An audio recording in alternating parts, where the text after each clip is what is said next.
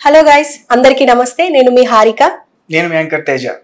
So ప్రస్తుతం మనతో పాటు లోక్ సత్తా పార్టీ వ్యవస్థాపకులు అలాగే మాజీ ఐఏఎస్ ఆఫీసర్ జయప్రకాష్ నారాయణ గారు.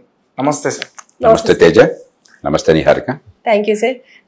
సార్, ఇప్పుడు ప్రస్తుతం మాకున్న డౌట్స్, అంటే మా జనరేషన్కి తెలియని కొన్ని డౌట్స్, అలాగే ఇప్పుడు జరుగుతున్న కొన్ని అట్రాసిటీస్ కావచ్చు, కొన్ని గొడవలు కావచ్చు, అవి మాకున్న డౌట్స్తోనే మేము మీ దగ్గరికి వచ్చాము. సో ఫస్ట్ తేజ తీసుకుంటారు. తేజ. Right sir. అయితే ఈ ఏపీ ఎలక్షన్స్లో ఈసారి కూటమి చాలా అత్యధికంగా మెజార్టీతో గెలిచింది. అంటే సంక్షేమ పథకాలు ప్రకటించడం వల్లే 6 సంక్షేమ పథకాలు ముఖ్యంగా ప్రకటించారు, దానివల్లే గెలిచిందని చెప్పేసి అంటున్నారు. దాని గురించి మీరేం మాట్లాడతారు? అది వాస్తవం అనుకోవడానికి లేదు. ఖచ్చితంగా మనలాంటి పేద సమాజంలో సంక్షేమం అవసరం. కానీ గత ప్రభుత్వం ఏం చేసింది? సంక్షేమం తప్ప పాలనే లేదు. ఇంకా సంక్షేమమే పాలన, అభివృద్ధి అక్కర్లేదు. అభివృద్ధిని కోరే వాళ్ళంతా కూడా పెత్తందారులు. ప్రజలకు సంక్షేమమే కావాల్సింది. వర్గ పోరాటం జరుగుతోంది, ఈ భావం తీసుకొచ్చారు. సంక్షేమానికి ఓటైతే ఆ భావం నగ్గాల్సింది. ఇప్పుడు కొత్తగా కూటమిలోంచి వచ్చి కొత్తగా ప్రభుత్వం ఏర్పాటు చేసిన వారు ప్రతిపాదించింది ఏమిటంటే సంక్షేమం కావాలి, కానీ అభివృద్ధి కావాలి.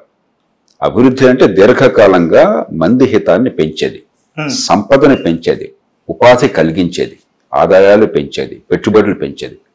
సంక్షేమం అంటే పన్నుల డబ్బులో కొంత మీరు ఖర్చు పెట్టి కొంత తినేసి మిగతా జనానికి పంచేది. కాబట్టి సంక్షేమమే అన్నట్టయితే ఈ ఎన్నిక అక్కర్లే. అసలు ఒక నిర్ణయాత్మకమైన ఎన్నిక ఇది. సంక్షేమం కావాలి, అది చాలదు, అభివృద్ధి కావాలి. దీర్ఘకాలంలో ఆదాయాలు పెరగకపోతే, పేద ప్రజలు తమ కాళ్ళ మీద తాను నిలబడకపోయినట్టయితే, ఉపాధి అందకపోయినట్టయితే, అభివృద్ధి జరగకపోతే, పెట్టుబడులు లేకపోతే పేదరికం కొనసాగుతుంది. ఎల్లకాలం పుచ్చుకునే చేతులుగా ఉంటారు. కాబట్టి ఇది సంక్షేమం వల్ల గెలిచారంటే పొరపాటు అవుతుంది. రెండోది, ఇది కేవలం సంక్షేమ అభివృద్ధి అంశాల మధ్య మాత్రమే పోరాటం కాదు, ఒక నైతిక పోరాటం లాగా వచ్చింది. లేకపోతే ఇంత పెద్ద ఎత్తున ఊవెత్తున దాదాపు అన్ని నియోజకవర్గాల్లో కూడా కూటమి గెలుపును గతంలో ప్రభుత్వంలో ఉన్న వాళ్ళు ఓటమి సాధ్యమయ్యేది కాదు. ఒక మోరల్ అప్సర్జ్. ఎందుకంటే మన దేశంలో చట్టబద్ధ పాలన లేదు, చట్టం ఉన్నవాడికి చుట్టంగా అయిపోయింది. కానీ ఆంధ్రప్రదేశ్లో గత 5 ఏళ్లలో మరింత అడ్డగోలుగా తయారైంది, ఒక మాఫియా రాజ్యంలాగా చలమణైంది. దాని పట్ల కూడా తీవ్రమైనటువంటి వ్యతిరేకత కనిపించింది. ఈ 2 కారణాలుగా వచ్చిన ఓటమి తప్ప ఇది సంక్షేమానికి అన్నట్టు సంక్షేమం జగన్మోహన్ రెడ్డి గారి ప్రభుత్వం కంటే ఇంకెవరో ఎక్కువ చేయాల. కాబట్టి సంక్షేమమే పరిపాలన అన్నది పట్టి అభూత కల్పన. ప్రభుత్వాన్ని ఎన్నుకున్నది, పన్నులిచ్చి పోషిస్తున్నది మన ఉమ్మడి సదుపాయాలు కల్పించడం కోసం, ఆర్థిక వ్యవస్థను పెంచడం కోసం, పెట్టుబడులను ప్రోత్సహించడం కోసం, ఆదాయాలు పెంచడం కోసం. కానీ ఉన్న డబ్బు పంచిపెట్టడం కోసం అయితే ప్రభుత్వం అక్కర్లా. బటన్ నొక్కడం కోసం ప్రభుత్వం ఎందుకు? ఎవడో ఒకటి బటన్ నొక్కగలడు, గుమస్తాలు పంచిపెట్టగలరు.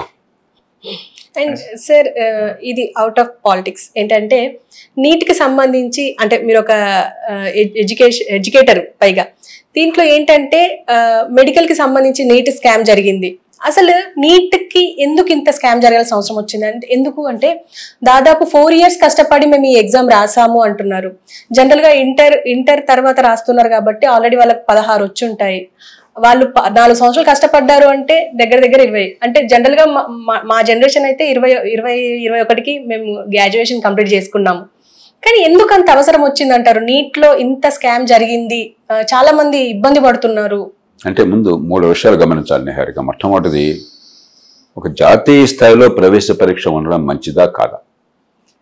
నేను మంచిదని భావిస్తున్నాను. ఎందుకంటే ఉన్నత స్థాయి విద్యకి జాతీయ స్థాయి ప్రమాణాలు లేకపోతే, ఒక్కో రాష్ట్రంలో ఒక్కో తీరు నుండి మనం ఒకసారి ఎంబీబీఎస్కి వెళ్ళారంటే ఈ ప్రమాణాలు ఉన్న నమ్మకం మీకు లేకపోతే దేశం నష్టపోతుంది. అందుకనే నీటిని ప్రవేశపెట్టారు. నేను పూర్తిగా దాన్ని సమర్థిస్తున్నాను. జాతీయ స్థాయి పోటీ పరీక్ష. రెండోది, రాష్ట్రాల్లో కూడా అడపదడప పబ్లిక్ సర్వీస్ కమిషన్ పరీక్షల్లో కానీ ఎంసెట్లో కానీ గొడవలు జరుగుతున్నాయి మన దేశంలో. జాతీయ స్థాయిలో చాలా తక్కువ జరుగుతాయి. ఉదాహరణకు ఐఏఎస్ ఐపీఎస్ పరీక్షలు జాతీయ స్థాయిలో యూపీఎస్సీ నిర్వహిస్తుంది. ఇన్నేళ్లుగా క్రమబద్ధంగా ఏ లోపాలకి అవకాశం లేకుండా, అవినీతికి ఏమాత్రం పాల్పడకుండా, మరి ఏ రకమైన ఒత్తిడికి లొంగకుండా, ఐఏఎస్ ఐపీఎస్ అంటే ఎంత ఒత్తిళ్ళు ఉంటాయి, అవేం లొంగకుండా నిఖార్సుగా చేస్తున్నారు. నీట్ కూడా ప్రామాణికంగానే చేస్తున్నారు. మరి ఇక్కడేదో పొరపాటు జరిగింది. ఆ పొరపాటు జరిగిందో కనుక్కోవాలి. నాకు అర్థమైనంత వరకు ఎక్కడో బంగ్లింగ్ జరిగి టైం సరిగ్గా ఇవ్వకపోవటం చేత ఆ టైంకి బదులుగా అవన్నీ గ్రేస్ మార్కులు ఇచ్చారు, దానివల్ల చాలా అపతకలు అని చెప్పి అంటున్నారు. దాన్ని ఇప్పుడు సవరించామని చెప్తున్నారు. 2500 మంది మళ్ళీ పరీక్ష 1500 మంది కొంతమంది పరీక్ష పెడతాం, మళ్ళీ గ్రేస్ మార్కులు తీస్తామని. కాబట్టి దీన్ని ఒక పొరపాటుగా జరిగిందో భవిష్యత్తులో పొరపాటు జరగకుండా చూసుకోవాలి. కానీ జాతీయ స్థాయిలో పోటీ పరీక్షలు అవసరం.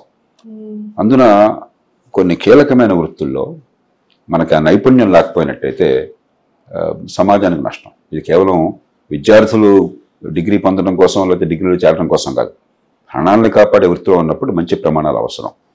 మన దేశంలోనేమో తల్లిదండ్రులకి కొన్ని వృత్తులే కంటి కానుతున్నాయి. ఈ మధ్య కొంచెం మారుతోంది, కానీ ఎంతసేపటికి మొట్టమొదటి ఆలోచించేది MBBS, ఆ తర్వాత కొంచెం ఇంజనీరింగ్, అది కూడా IITల్లో మరో చోట, ఇలా తప్ప ఇంకోటి ఆలోచించట్లా. కానీ మారుతున్న సమాజంలో ఒక్కదానికి ఇంత గిరాక ఉండాల్సిన అవసరం లేదు. మిగతా వాటి కూడా గిరాక పెరుగుతుంది. కానీ కొంచెం ఆర్థికంగా భద్రత వచ్చినట్టయితే, ఆర్థిక వ్యవస్థ పెరిగితే, మన పిల్లలు ఏ పని చేసినా కూడా హాయిగా బతకగల నమ్మకం ఉంటే అప్పుడు కొద్దిగా ఒక్కదాని మీద ఒత్తిడి ఉండదు. ఇవాళ నీట్ లాంటి పరీక్షల మీద బాగా ఒత్తిడి అనమాట వాస్తవం. IITలో చేరాలని చెప్పను, MBBSలో చేరడానికి నీట్ అన్న ఒత్తిడి అనమాట వాస్తవమేను. కాలక్రమేణా రెండు చేయాలి. ఒకటి, చాలా రకాల వృత్తులు ఉపాధులు కలగాలి. ఆర్థిక వ్యవస్థ పెరిగి మనకు పనికొచ్చేది, గౌరవప్రదమైనది, సమాజంలో అందరి ప్రయోజనాలు నెరవేర్చేది ఏ పనైనా కూడా మంచిది. కొన్ని గొప్పవి, కొన్ని తక్కువ అనుభవం వదిలేసేయాలి.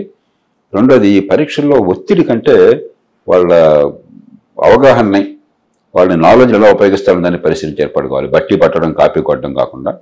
అప్పుడు క్రమక్రమంగా ఈ ఒత్తిడి కూడా తగ్గుతాయి. అండ్ ఇందులోనే రాజస్థాన్లో కోటా అనే ప్రదేశంలో కూడా చాలా మంది పిల్లలు సూసైడ్ చేసుకున్నారు అని చెప్పేసి కూడా వినిపిస్తూ ఉంటుంది.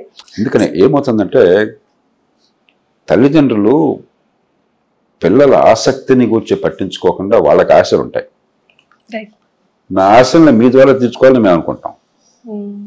నేను కోరిన కళలు ఉంటాయి, ఏదో నా కళలు నాకు నెరవేరకపోతే మీ ద్వారా నెరవేర్చాలనుకుంటాం. మన దేశంలో తల్లిదండ్రులు పిల్లల్ని ప్రేమించినంతగా, ప్రాణం ఇచ్చేటంతగా ఇంకెక్కడ ఉండదు. అదే సమయంలో పిల్లలు బాగా ఎదగాలన్న కోరికతో వాళ్ళ ఆసక్తిని పట్టించుకోకుండా ఒత్తిడి కూడా తీసుకొస్తున్నారు.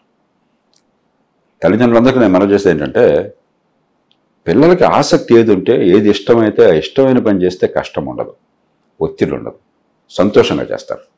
వాళ్ళకి ఇష్టం లేనిది తల్లిదండ్రులు చెప్పారని బలవంతంగా చేస్తే, అది నేర్చుకునే ప్రయత్నం చేస్తే, అది వంట పట్టకపోవచ్చు, ఆసక్తి లేకపోవచ్చు, తల్లిదండ్రులు నిరుత్సాహపరుస్తామని చెప్పి ఒత్తిడి ఉంటుంది, మానసిక సంఘర్షణ ఉంటుంది. రెండోది, మన పరీక్షలు, మన గొడవలు ఏమవుతుందంటే, పాఠశాల విద్య పూర్తిగా నాశనం అయిపోయింది. పేరుకి స్కూల్ పూర్తి చేయడం, మంచి మార్కులు రావడమే కానీ బట్టి పట్టి కాపీ కొట్టడం తప్ప 180 మందికి విషయాలు అర్థం చేసుకుని నాలెడ్జ్ ఉపయోగించడం తెలియదు. ఎప్పుడైతే మీకు ఆ పునాదులు గట్టిగా లేవో మీ పేరు ఒత్తిడి మరింత పెరుగుతుంది. ఆ పైన ఈ పోటీ పరీక్షలు కూడా మీ జ్ఞాపక శక్తిని పరీక్షించే ఉన్నాయనుకోండి, మీ అవగాహనని, ఆ నాలెడ్జ్ ఉపయోగించే తీరుని కాకుండా, అప్పుడేమవుతుంది, ఒత్తిడి మరింత పెరుగుతుంది. విషయం మీకు పట్టుబడితే దాన్ని ఎలా ఉపయోగించాలో మీకు తెలిస్తే ఒత్తిడే ఉండదు. ఎంత పరీక్షని అవలోలుగా అనిపిస్తుంది. విషయం అర్థం కాకుండా బట్టి ఆ చివరి క్షణంలో నేను చదివింది వస్తుందా లేదా, చదవంది వస్తుందేమో, వస్తే ఏమవుతుంది, ఈ భయము, ఆందోళన, దీని నుంచి ఈ సంఘర్షణ, దాని తగ్గట్టు ఆసక్తి లేని అంశాలు, వీటి వల్ల ఈ సమస్యలు వస్తున్నాయి. మన తల్లిదండ్రులు పిల్లల్ని అపారంగా ప్రేమిస్తారు, కానీ ఆ ప్రేమ ఇంత భయంకరమైన ఒత్తిడిగా మారకుండా కాస్త పిల్లలు ఆసక్తిని గమనించి విద్య ఏర్పాట్లు చేయడము, పాఠశాల విద్య ప్రమాణాలు మంచిగా ఉండేది. మన తెలివితేటలు వికసించాలంటే స్కూల్ ఎడ్యుకేషన్ తప్ప ఇంకో మార్గం లేదు. కాబట్టి పాఠశాల విద్యను నిజంగా బాగు చేసి, ఈ బట్టి పట్టేది కాకుండా విషయం అర్థమయ్యేట్టుగా, అర్థం చేసుకున్న దాన్ని ఉపయోగించే శక్తి ఉండేట్టుగా చేయడం, ఈ రెండు చేస్తే చాలా మేరకు ఒత్తిడి తగ్గుతుంది. సార్, ఇప్పుడు తెలంగాణలో కాంగ్రెస్ పార్టీ ఉచిత బస్సు ప్రయాణం అని చెప్పేసి ఒకటి ప్రకటించింది. ఆల్మోస్ట్ ఇక్కడ పెట్టారు, జరుగుతూ ఉంది. అలాగే ఇప్పుడు కూటమితో ఏర్పడిన కొత్తగా వచ్చిన ప్రభుత్వం TDP, అలాగే జనసేన, BJP, ఈ పార్టీ కూడా అక్కడ ఉచిత బస్సు ప్రయాణం అని ప్రకటించింది. అంటే తెలంగాణలో ఎంప్లాయ్మెంట్ ఉన్నా కానీ ఇక్కడ పెద్దగా సక్సెస్ అవ్వలేదని నాకు అనిపించింది. ఇప్పుడు అక్కడ అన్ఎంప్లాయ్మెంట్ ఉంది ఆంధ్రప్రదేశ్లో, అది ఉచిత బస్సు ప్రయాణం అక్కడ మహిళలకు పెట్టారు, అది వర్కౌట్ అవుతుందా, మీరేం చెప్తారు? ఇప్పుడు ఇవన్నీ ఏంటంటే, కర్ణాటకలో ప్రారంభమైంది ఉచిత బస్సు ప్రయాణం, ఇంకెక్కడ ఢిల్లీలో కూడా చేసినట్టు. ఢిల్లీ నిజంగా ఒక రకంగా ఆప్ వీటంటికి తెరతీసింది. పూర్వం ఒక రకమైన సంక్షేమ పథకాలు ఉండేవి, ఏదో తెల్ల కార్డులు, బియ్యం చవకగా ఇవ్వటము, మరొకటి ఇలాంటివి కొన్ని ఉంటాయి. ఇప్పుడు విద్యుత్ ఫ్రీగా ఇస్తాము, కరెంట్ ఫ్రీగా ఇస్తాము, నీళ్లు ఫ్రీగా ఇస్తాము, బస్సు ఫ్రీగా, ఇవన్నీ కూడా మొదలెట్టింది ఢిల్లీలో ఆప్. చాలామందికి ఒక విషయం అర్థం కావాలి, ఒక మహానగరంలో ఎప్పుడు కూడా వనరులు ప్రభుత్వానికి మిగులు ఉంటుంది. హైదరాబాద్ నగరం ఉందనుకోండి, ఎందుకని ఆంధ్రప్రదేశ్ విభజన కాగానే నష్టపోయిన భాగం కలిగింది, హైదరాబాద్లో మిగులు ఉంటుంది. ఆ మిగులు డబ్బులు మిగతా రాష్ట్రం అంతా పంచుకునేవి. ఉమ్మడి రాష్ట్రం కాకుండా చిన్న రాష్ట్రం కాకుండా తెలంగాణగా డబ్బులు చేసి తెలంగాణ ధనిక రాష్ట్రమైంది, ఆంధ్రప్రదేశ్ పేద రాష్ట్రమైంది. ఢిల్లీని పాలించే వాళ్ళకి ఢిల్లీలో పుష్కలంగా, ఢిల్లీ దేశంలో అత్యంత సంపద ఉన్న నగరం, తలసరాదని ఢిల్లీలో అత్యధికంగా ఉంది. కాబట్టి ఢిల్లీలో ఇలాంటివన్నీ చేయడం చాలా తేలిక, అది గొప్ప విషయం కాదు.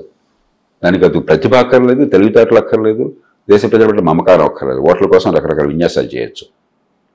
దాన్ని అనుకరించి వివిధ రాష్ట్రాలు మొదలెట్టినాయి. కర్ణాటకలో చేసింది, తెలంగాణలో చేశారు, దాన్ని చూసి ఇప్పుడు ఆంధ్రప్రదేశ్లో మొదలెట్టారు. వస్తే దేశం అంతా పాకుతుంది.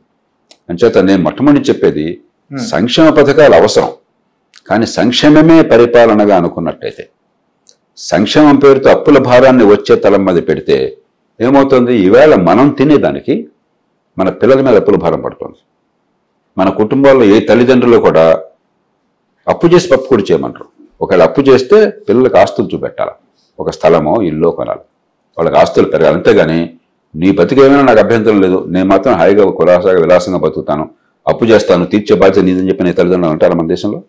మరి ప్రభుత్వాలకు ఆ హక్కు ఎట్లా ఉంది? కాబట్టి సంక్షేమం వద్దని ఎవరు అనరు.